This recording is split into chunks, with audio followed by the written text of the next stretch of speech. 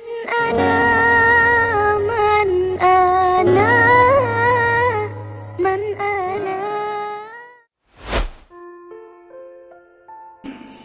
Karomat atau kemuliaan yang diberikan oleh Allah, misalnya bisa berjalan di atas air, misalnya bisa terbang, misalnya bisa menembus dan memandang apa yang ada di dalam hati seseorang.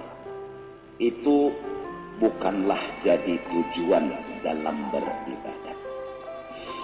Bal hiya syahidatun, tetapi sesuatu kelebihan itu tadi menjadi tanda li jalalati man dhaharat ala yadihi, menunjukkan kebesaran dan kemuliaan serta kehebatan orang itu dalam pandangan Allah. Itu hanya bukti, bukan tujuan. Yang penting adalah kita disuruh di dalam dunia ini berbuat kebaikan. Wa ma khalaqtul jinna wal insa illa liya'budun. Kita semua, laki-laki perempuan semua, tua muda, disuruh untuk melaksanakan kebaikan. Adapun gaji, upah, kita tidak mengharap apa-apa di sini. Nanti gajinya dan upahnya ada pasti di negeri akhirat. Kalau orang mengerjakan kebaikan di sini, janganlah menunggu-nunggu balasan. Apalagi balasan yang mau ditunggu itu pujian, kehormatan, kebesaran, kemuliaan. Sia-sia kita. Banyak kebaikan yang kita lakukan dan memerlukan perjuangan dan pengorbanan. Kok gajinya hanya pujian? Itu pun gak semua orang yang memuji kita. Dari 1.000, 2.000, 3.000 orang yang memuji kita, tapi dari satu sisi lain masih ada yang menghina dan menjelekkan kita. Kalau kita punya tujuan berbuat kebaikan mau dipuji, itu gajinya, itu upahnya, sia-sia kebaikan kita. Kita udah berjuang, kita udah berkorban, tenaga kita banyak diperas, uang kita banyak habis, pikiran kita pun banyak diperas, tapi hasilnya dapat pujian semata, itu pun gak kekal abadi, maka sia-sia kebaikan kita. Maka sesungguhnya di sini hanya berbuat kebaikan. Kita nggak perlu mengharap apa-apa di sini. Nggak mengharap gaji, nggak mengharap upah, nggak mengharap pujian, nggak mengharap kehormatan. Jangan pernah menunggu apa-apa di sini. Yang kita kerjakan hanya kebaikan. Nanti di akhirat Allah akan membalas kebaikan kita, dan itu keadilan. Kalau nggak ada alam akhirat, nggak adil. Orang di sini berbuat baik terus meninggal, berakhir apa sih hasilnya? Banyak perjuangan yang diberikannya, pengorbanan yang diberikannya, toh setelah mati selesai. Nggak bijak, nggak adil. Atau orang berbuat jahat dari mulai lahir sampai kemudian meninggal dunia, dia terus berbuat jahat, mati selesai. Nggak adil. Keadilan yang hakiki nanti di akhir. Di sini nggak ada kehidupan, nggak ada. Kehidupan yang hakiki nggak ada di sini. Orang baik bisa masuk penjara, orang salah bisa keluar dari penjara. Orang baik bisa dihina, orang salah bisa dipuji. Kenapa itu bisa terjadi di sini? Karena di sini nggak ada kehidupan yang hakiki. Jadi jangan terkejut, nanti jangan sampai beban kalau sudah mengerjakan ibadat, ngerjakan kebaikan, kok hidup saya penuh derita, kok hidup saya penuh masalah, kok hidup saya begini-begini, padahal saya udah kerjakan kebaikan. Ya begitulah di sini, begitu di sini, karena di sini nggak ada kehidupan yang hakiki. Nanti upahnya, gajinya bukan di sini, nanti di akhirat. Jangankan orang yang baru masuk Islam, orang yang sudah Islam kalau nggak ada punya pedoman seperti ini, yang dulunya nggak pernah nuntut ilmu, yang dulunya nggak pernah beribadat, terus sekarang nuntut ilmu beribadat, kenapa jualan saya nggak laku-laku, padahal dulu sebelum nuntut ilmu, sebelum beribadat laris jualan saya. Aneh, saat nuntut ilmu, beribadat, berbuat kebaikan malah nggak laris-laris. Ini saya kepingin kembali ke masa silam bahari. Jangan, teruskan berbuat kebaikan. Padahal saya udah berbuat kebaikan, kenapa kehidupan saya macet? Uang saya malah berkurang dan berkurang. Wajar. Kenapa jadi bisa begitu? Di sini nggak ada kehidupan yang hakiki. Terus jalani hidup. Yang nuntut ilmu nih lah. Jangan sampai paket lawan nang berbuat kebaikan, jangan sampai ampih. Asa anak beli kayak bahari aja sudah kayak ini ya. Anak berjualan nggak tapi payu, berusaha tapi lancar. Asa anak beli kayak bahari aja sudah. Bahari nggak ada sing sembahyangan, mau sugihin aja. Bahari nggak tapi menuntut ilmu sugihin aja. Tapi mbak sudah menuntut ilmu aja. Mbak nang mbak amal di ibadat dihiga guru nih ya. Tapi berejeki lagi bungol manarnya.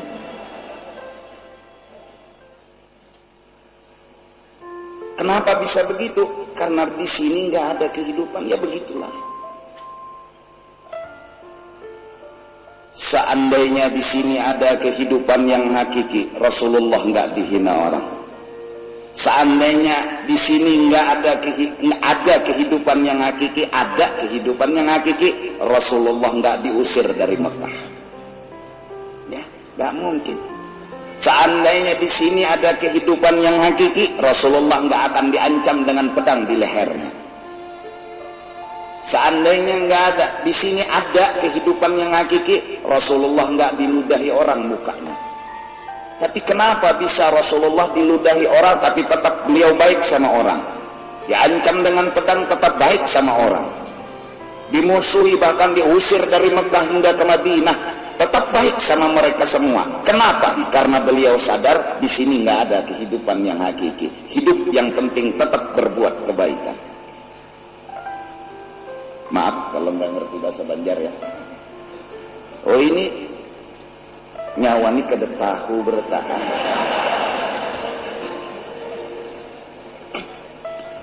Nyawa itu kamu. Nyawa itu kamu nyawa ya. Nyawa. Munsidininya tuh orang Banjar kata apa? Jadi orang baik, jadi orang saleh, jadi orang yang suka nolong orang, kok masih dihina? Kok masih dikucilkan? Kok masih dimusuhi? Kenapa itu bisa terjadi? Ya nggak apa-apa. Memang di sini nggak ada kehidupan. Kehidupan yang hakiki nggak ada di sini. Terus kehidupan yang hakiki yang diharap nanti di mana? Kapan? Fil akhir. Di sana nanti kehidupan yang hakiki. Setelah hari kematian datang, berlanjutlah kehidupan, dan itulah kehidupan yang hakiki. Kapan itu? Pasti. Kapan? Ya pasti. Bila? Pasti. Nak lakas ya?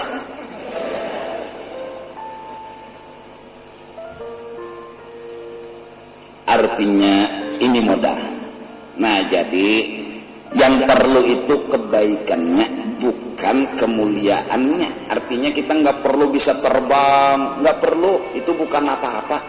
Kalau bisa terbang duluan burung. Iya. Kalau mungkin diberi Tuhan kelebihan menyelam di air tanpa alat penyelam dan bisa bernapas di dalam air, duluan ikan. Iya.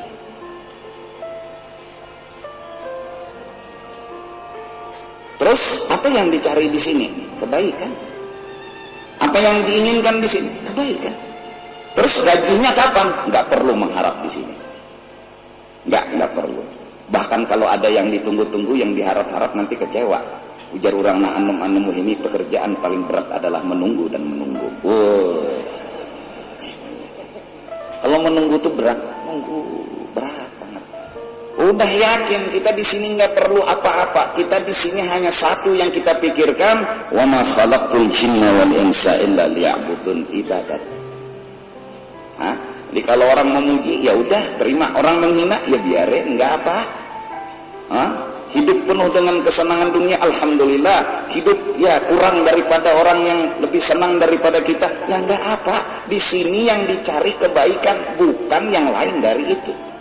Mau kaya mau miskin gak masalah, mau dipuji mau dihina gak masalah. Kenapa jadi gak masalah? Karena memang gak perlu dipermasalahkan. Di sini yang dipermasalahkan satu, selalu berbuat baik dan selalu memberikan kebaikan.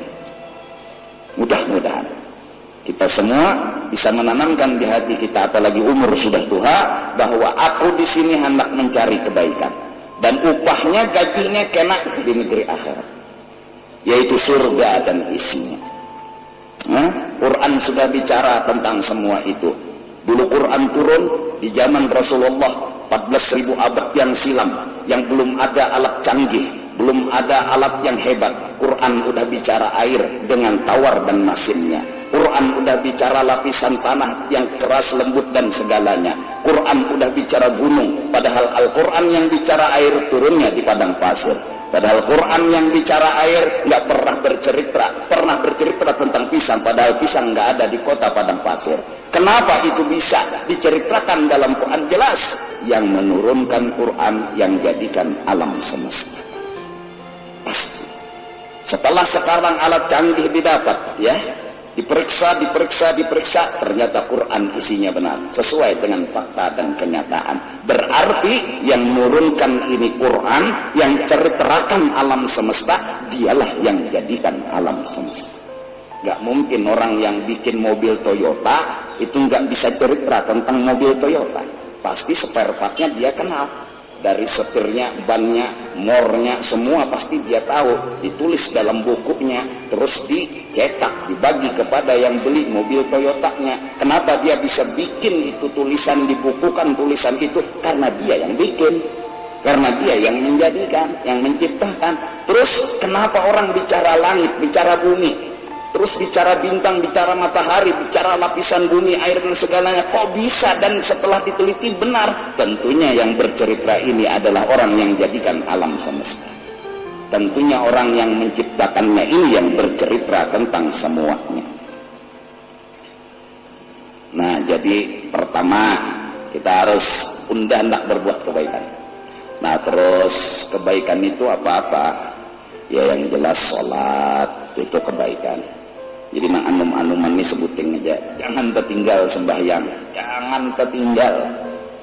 4 rakaat itu seapa? Coba pikirkan pakai otak, jangan pakai lintuhut. Coba 4 rakaat seapa ada waktu yang kita kosongkan sebentar?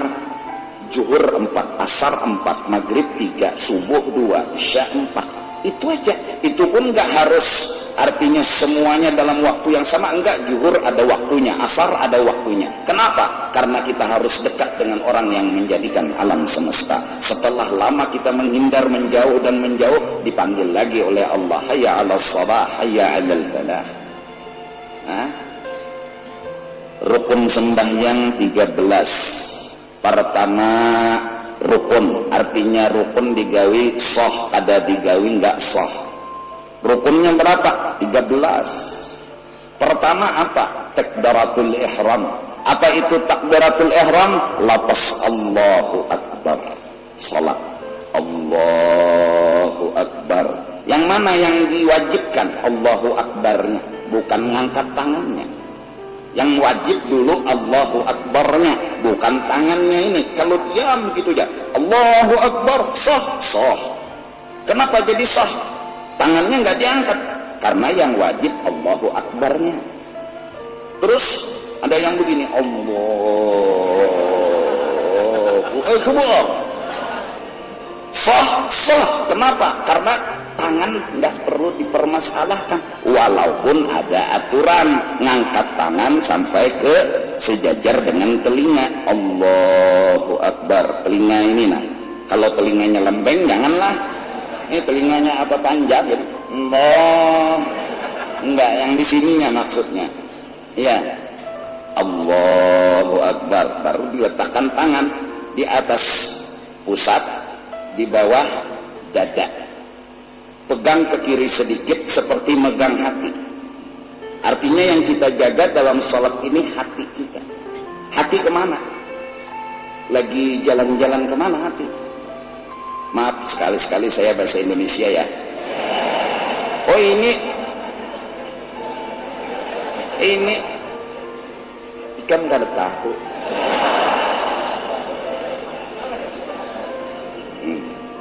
Iya.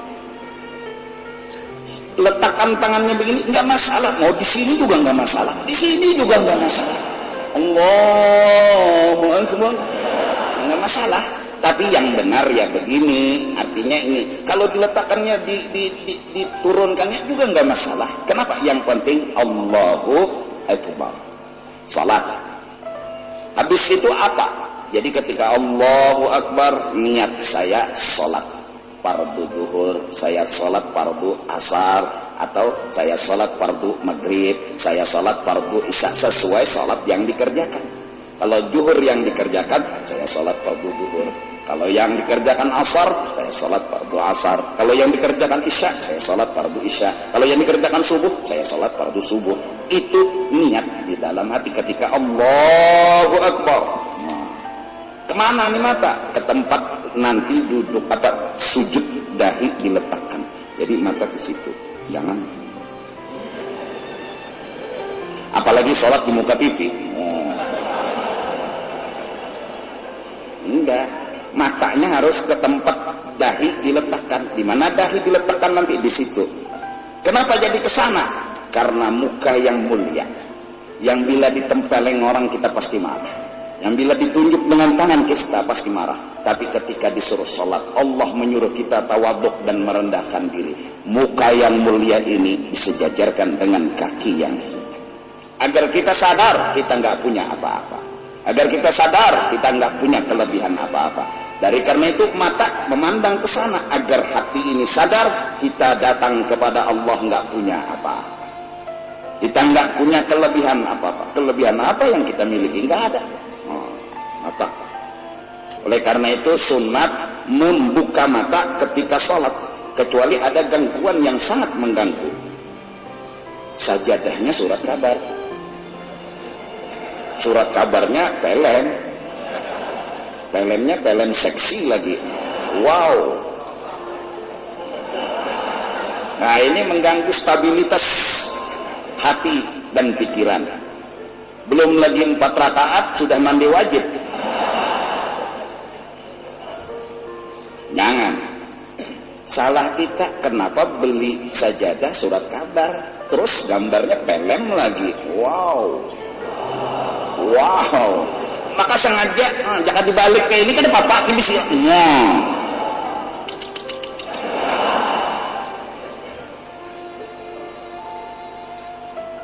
Iya. Terus apa sambungannya? Baca Fatihah itu yang wajib. Bismillahirrahmanirrahim sampai waladhdallin. Sudah.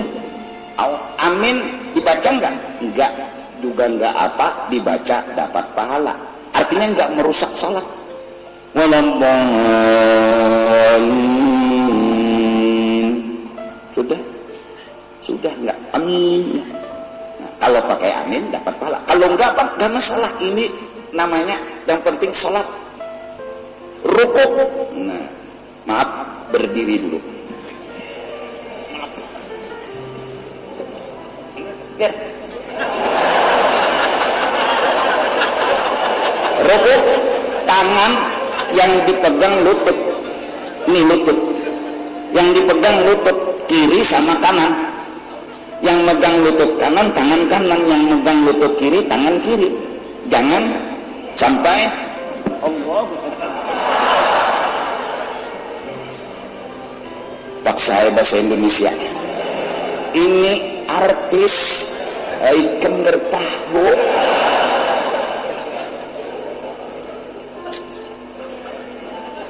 Ini artis ya.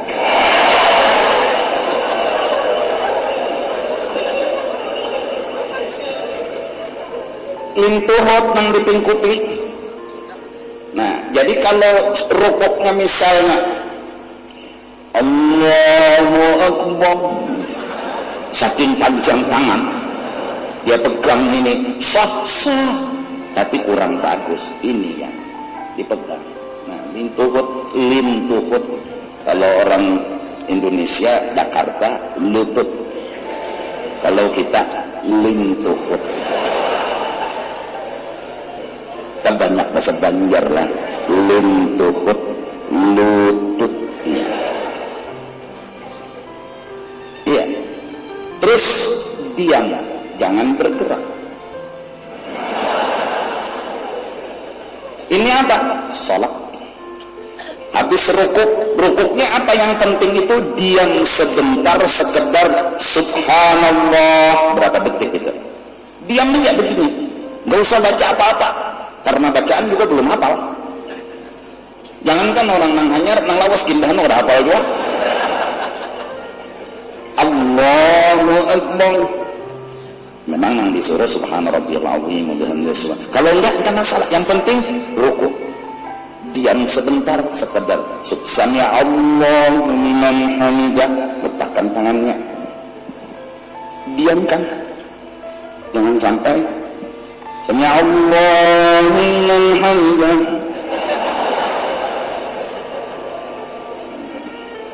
Nggak tahu, karena nggak tahu kasihan. Sami Allahu liman hamidah.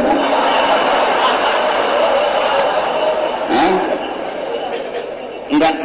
Aduh, salat apa begaro? Terus apa yang dibaca? Yang nggak ada yang diwajibkan dibaca, yang penting dia sekedar apa? Subhanallah. Apalagi udah baca ya Allah liman hamidah. Nah, terus sujud. I'tidal apa? Sujud, duduk antara dua sujud. Sujud ini dahi yang dikenakan, tangan, lutut, ibu jari kaki. Artinya nomor satu cukup, apalagi kelima-limanya dikenakan semuanya. Ini lututnya, tangannya, dahinya, berarti berapa? Dahi, tangan 3, 5, 7. Ini yang diletakkan semua.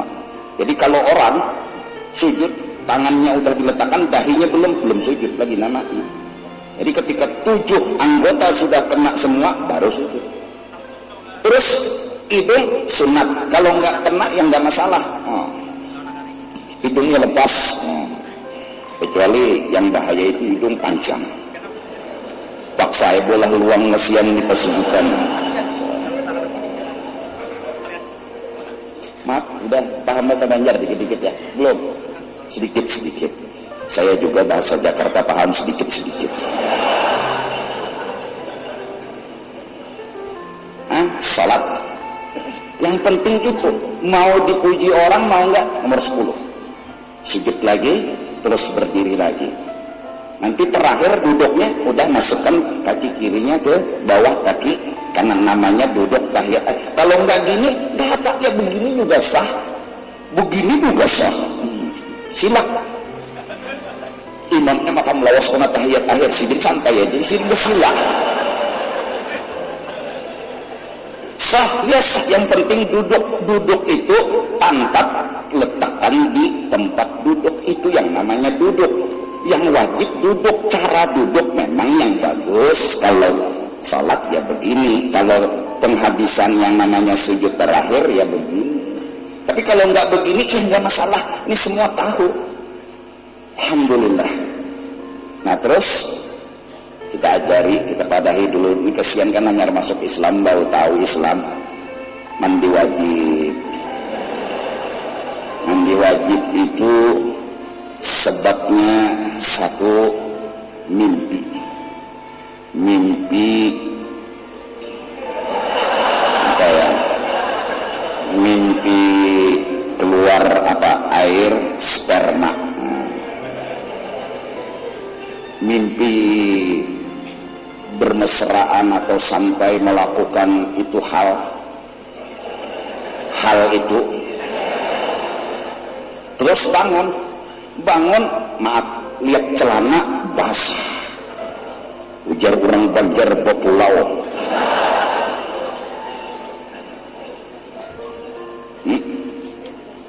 Basah, wajib mandi. 2, kalau mimpi banget, mimpinya serius banget, luar biasa kayak seperti kenyataan, sekali bangun gak basah, gak wajib mandi, rezeki lah. Yang wajib mandi bangun basah, basah. Terus kalau bangun tidur lupa kapan mimpinya, basahnya iya. Bepuluh bebila basahnya. Wajib mandi. 1. 2. Yang wajib mandi mengeluarkan air mani di waktu bangun, ujar orang Banjar mengocok. Kalau orang Jakarta onani ya, onani. Iya. Orang Banjar mengocok. Itu bila sudah ngocok, keluar air mani, wajib mandi. Sengaja lah, artinya ya maaf, dikocok, digisangakan, dipair misalnya, cara apapun bila keluar air sperma maka wajiblah mandi. 3. Yang bikin wajib mandi bersetubuh. Arti bersetubuh, bertemu 2 sunatan. Arti sunatan di sini sunatan laki-laki sama sunatan perempuan. Jadi bertemu, dia bersalaman. Nah, terus setelah kenal bersalaman diizinkan masuk ke dalam satu gua. Masuklah ini. Nah ini masuknya udah wajib mandi. Keluar sperma ataupun tidak tetap wajib mandi bila sudah masuk. Contoh, ini hukum, saya nggak mengada-ngada. Ketika sama istri main, wah, maaf. Terus ada yang teriak kebakaran, dia cabut, ini belum keluar, cabut keluar.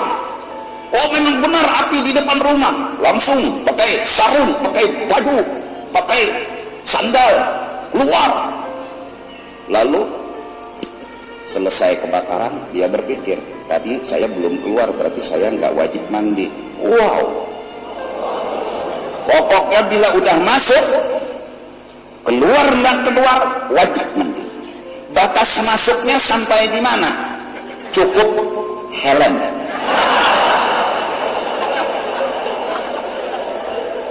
Ini hukum. Ikan ini menawarkan aja harus. Aku sudah mengadakan membutur, kan tawakan gak? Hampir udah.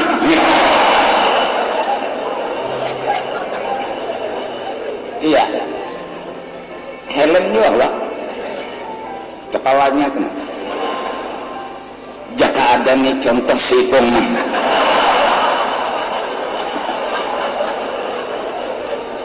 Ya Bapak, mbah ketilanjang menampayakan mengarang kepala helm tuh. Nah, aku kurang ngerti. Maaf, ininya aja udah masuk. Wajib mandi. Mau keluar mau enggak wajib mandi. Nah terus mandi wajib itu rukunnya yang penting berapa? Niat. 1. Ketika membasuh dan mandi, mau kepala yang didulukan, mau tangan kanan, mau badan, mau apa aja, cuma sunat kepala.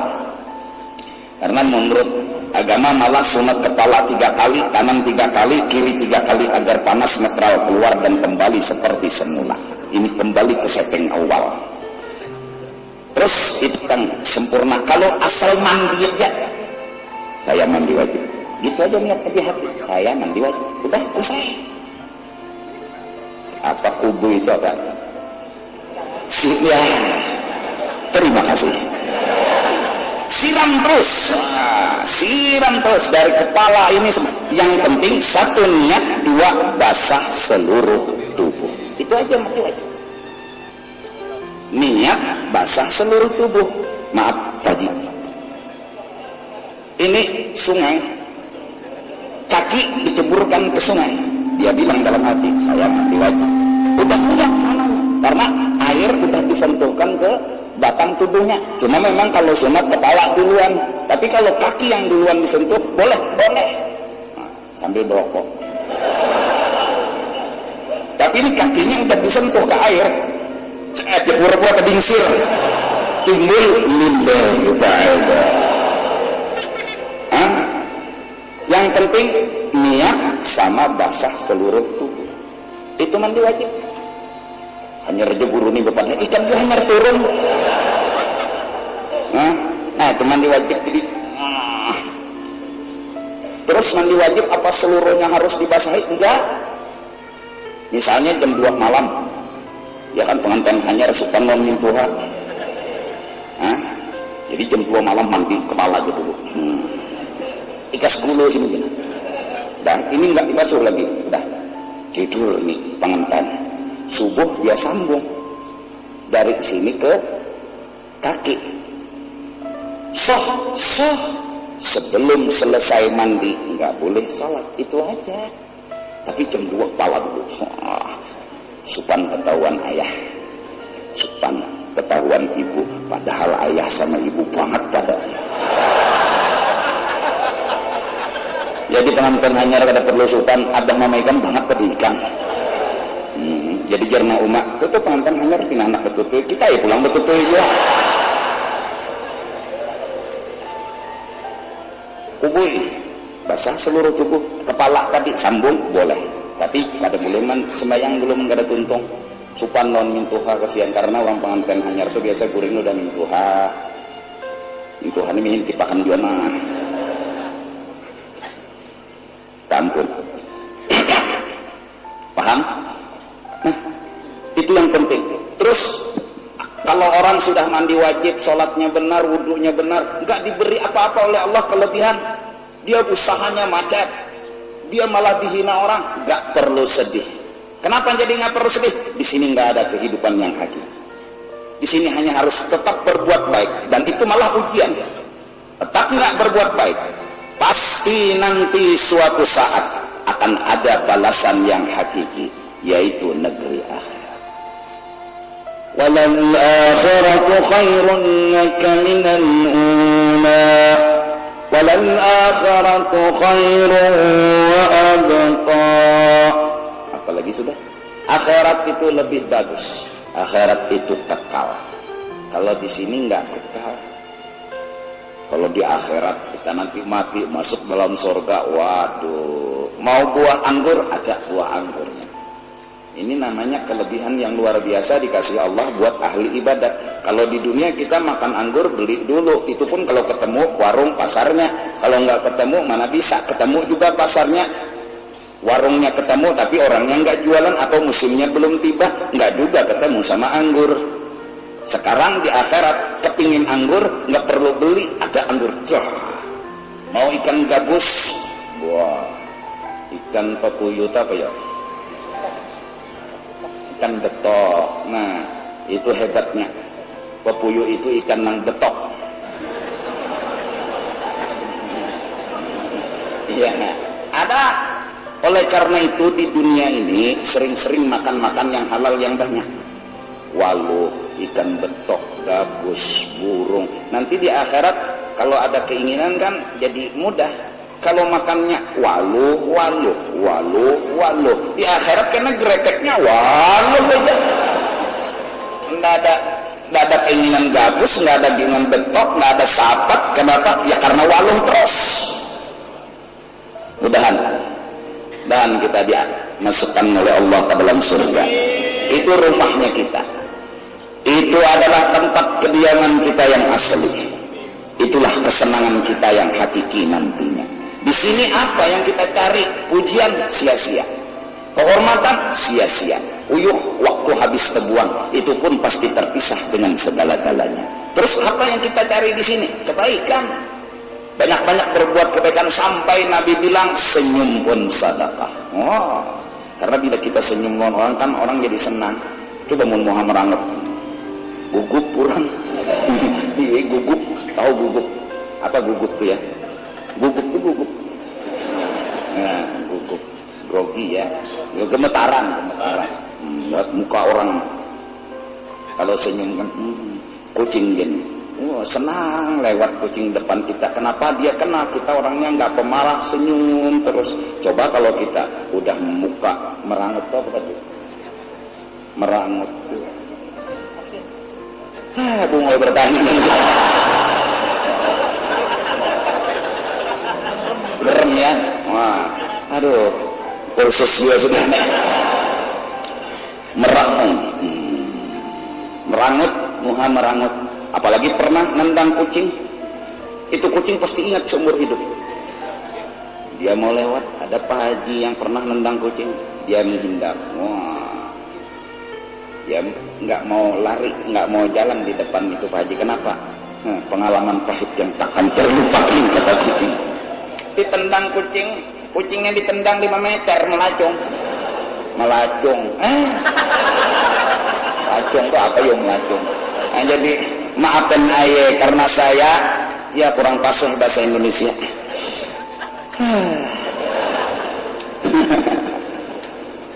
Mudah-mudahan paham lah. Kita yang penting punya pedoman, kita yang penting punya pegangan. Kita yang berbuat baik itu aja udah. Yang miskin berbuat baik banyak.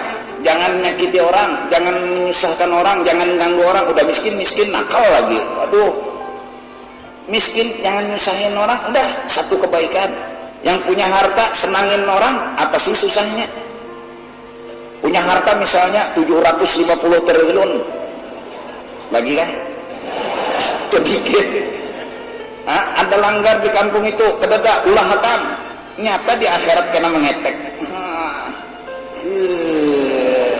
Akhirat kenapa? Banyak banget tabungan. Kalau di dunia sini bikin langgar, bikin masjid, nggak ada orang yang tahu, nggak apa. Memang kita nggak mengharap apa-apa di sini. Di sini orang memuji ya, untung nggak memuji yang nggak masalah. Hadangi kena di akhirat. Kena, wah di akhirat maka bidadari ribuan labih mengerumuni kita. Wow, memang di sana rumah balasan, di sini rumah berbuat kebaikan. Nah mudah-mudahan jadi yang kuliah terus kuliah. Apa niat? Mau berbuat baik. Yang sekolah, yang bekerja, yang masuk kantor, yang masuk pasar, kerja terus. Niatnya ingin berbuat baik. Datang pembeli, Assalamualaikum, salam. Cari apa pian? Cari baju jacel. Baju apa? Baju yang warnanya begini-begini ada cil. Berapa lembar? 4 betakun aja panggil aja. Oh ini cil dilihatkan. Niat selalu berbuat baik sama orang susah. Mau beli mau enggak masalah, nilai kebaikan kita nanti di akhirat akan kita buktikan. Kapan? Nanti. Pasti.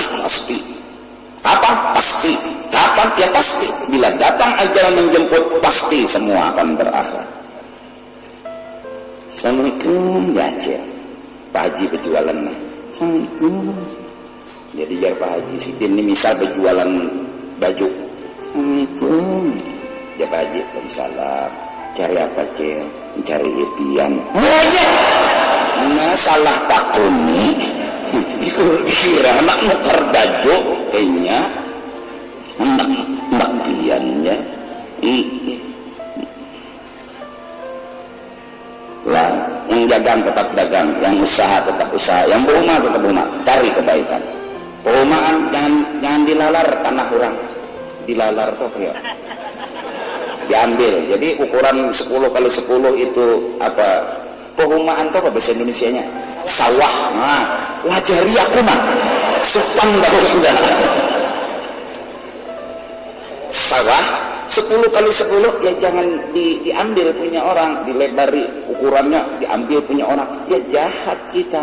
Kita tetap berbuat baik. Terus malah kadang-kadang punya masalah kita dalam hidup dan kehidupan. Ada orang yang mengakui selama kita masih bisa mengurus dan terus mengurus bisa mengambil, ya alhamdulillah bisa diambil. Kalau orang keras akhirnya kita kalah, ya sudah direlakan. Nanti di akhirat ada nilai balasan yang luar biasa dari Allah. Apalagi tanahnya nambah kalahnya sebuting aja jual di sana 100 buting lagi sawah kita ada. Ini aja dah ambil untuk kita kata papa. Sedikit jual 10 kali 10. Tanam mangga gini 2 buting aja. Nah, sebarkan kebaikan. Karena kebaikan telah dicontohkan oleh Sayyiduna wa Habibuna Muhammad sallallahu alaihi wasallam. Diludahi mukanya beliau senyum. Masya Allah. Luar biasa. Orang dari atas saking bencinya sama Nabi Muhammad itu diludahi putus. Pidik itu apa ya? Tepat sasarannya. Pidik ringkas. Tepat sasaran. Putus kena. Hari-hari Nabi senyum karena orang Islam baik, nggak pernah nyakiti orang. Terus akhirnya dia sakit. Nabi kadang-kadang kangen juga sama yang meludahi. Ini orang nih nggak meludahi saya, mana orangnya? Akhirnya tanya, kata orang dia sakit. Nabi yang duluan jenguk. Masuk ke rumah dia. Terus Nabi bilang, ada apa? Sakit ya Muhammad. Oh sakit apa? Ya sakit. Dia malah terkejut. Orang yang dia ludahi tiap hari, ini yang menjenguk dia. Yang mengupah dia untuk meludahi Nabi, nggak pernah jenguk dia. Duitnya aja belum dijulung, garingnya jakarta boba. Nabi yang dia ludahi, malah Nabi yang duluan menjenguk dia. Ini pula yang dilakukan oleh sahabat-sahabat Nabi tentang berbuat baik. Sayyidina Umar bila malam hari duduk termenung memikirkan rakyat beliau, aku masih ada dosa enggak sama rakyatku? Aku punya rakyat yang banyak, mereka ada yang enggak kada dilayani aku, kada diperhatikan aku. Entah di sana atau di sana ada orang yang tidak diperhatikan aku. Kata Sayyidina Umar, kadang-kadang beliau sendiri yang memikul gandum di bahu beliau, sampai ada asisten beliau bilang, ya Amirul Mukminin, saya yang pegang, saya yang mikul. Kata Sayyidina Umar, kalau kamu yang pikul sih, sanggupkah kamu memikul dosa saya nanti di akhir? Beliau yang mikul, mengantar kepada fakir miskin, membagi-bagi kepada fakir miskin. Kenapa beliau lakukan itu? Gak gengsi, gak malu, karena beliau merasa ini kebaikan. Buat apa gengsi? Ini kebaikan. Buat apa malu? Malu apa? Ini kebaikan. Walaupun yang dipikul gandum, padahal beliau seorang Amirul Mukminin, presiden di zaman itu, dia pikul itu gandum dibagi ke masyarakat. Gengsi? Enggak. Malu? Enggak. Kenapa? Ini kebaikan. Ini kebaikan. Nah, jadi laisatil karamatu, bukanlah karamat. Ya, bunyinya dulu.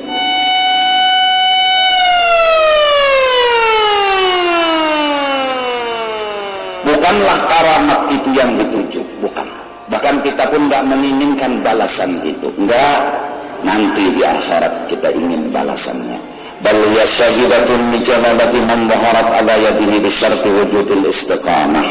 Dengan syarat yang penting adalah kita tetap berbuat baik. Soal dibalas atau tidak nggak perlu dipermasalahkan. Soal dipuji ataupun tidak nggak perlu dipermasalahkan. Kalau kita menginginkan pujian di sini, kecewa yang kita rasakan. Kalau kita menginginkan kehormatan di sini, sakit hati yang kita rasakan. Luqmanul Hakim telah beri pelajaran kepada anaknya. Suatu hari dia panggil anaknya, hai anakku, yuk kita jalan-jalan. Dibawalah keledai 1 ekor. Maka berjalanlah 2 orang ini beserta keledainya. Lalu disuruh sang anak-anak, kamu tunggang keledai, ayah yang megang tali. Jalan. Terus ada orang kampung bilang, bodohnya itu anak. Orang tua disuruh berjalan, dia enak-enakan di atas keledai. Kata sang ayah Luqmanul Hakim, nak, apa kata orang? Ulun dibilang bodoh. Baik, sekarang ayah yang naik, kamu yang turun.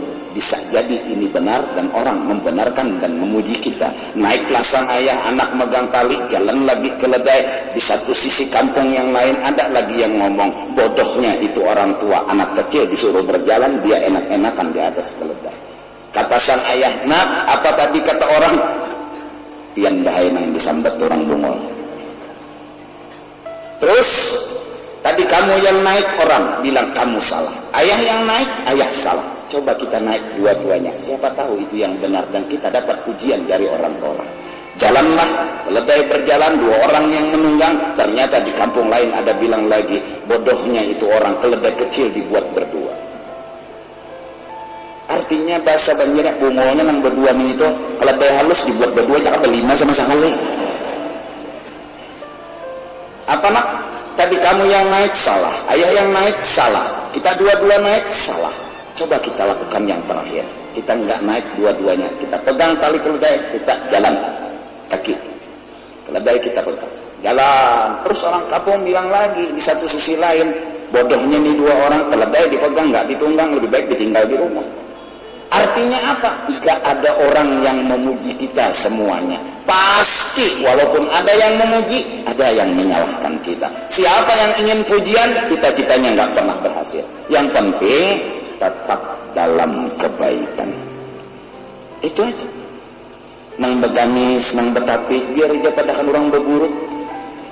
tapi terus kesana kemari beburut si dintunya biar apalagi bujur amunnya kada bujur beburut burut itu burut apa burut itu ini besar apa ya penyakit sering pakai sarung dihina orang itu ini orang penyakitnya buburut jangan diperdulikan. Terus yang pakai celana juga nggak perlu peduli sholat pakai celana itu menghadap Tuhan begitu enggak, yang penting tutup aurat. Jangan pernah kita memandang orang, bukan kita nggak menghargai orang enggak, tapi manakala hidup menggantungkan pujian kepada orang kita jadi nggak ada pedoman, nggak ada prinsip. Yang penting kita baik, yang penting kita benar. Manakala kita salah ada yang menasihati kita, kita harus mendukung dan merubah diri kita. Tapi kalau sudah benar ada yang menghina, ya udah nggak usah diperdulikan, jalan terus dan berjalan. Tunggu hari akhir yaitu kematian, disitulah nanti kebahagiaan hakiki yang akan kita dapat. Istilah anak muda sekarang, mendung tak selamanya kelabu.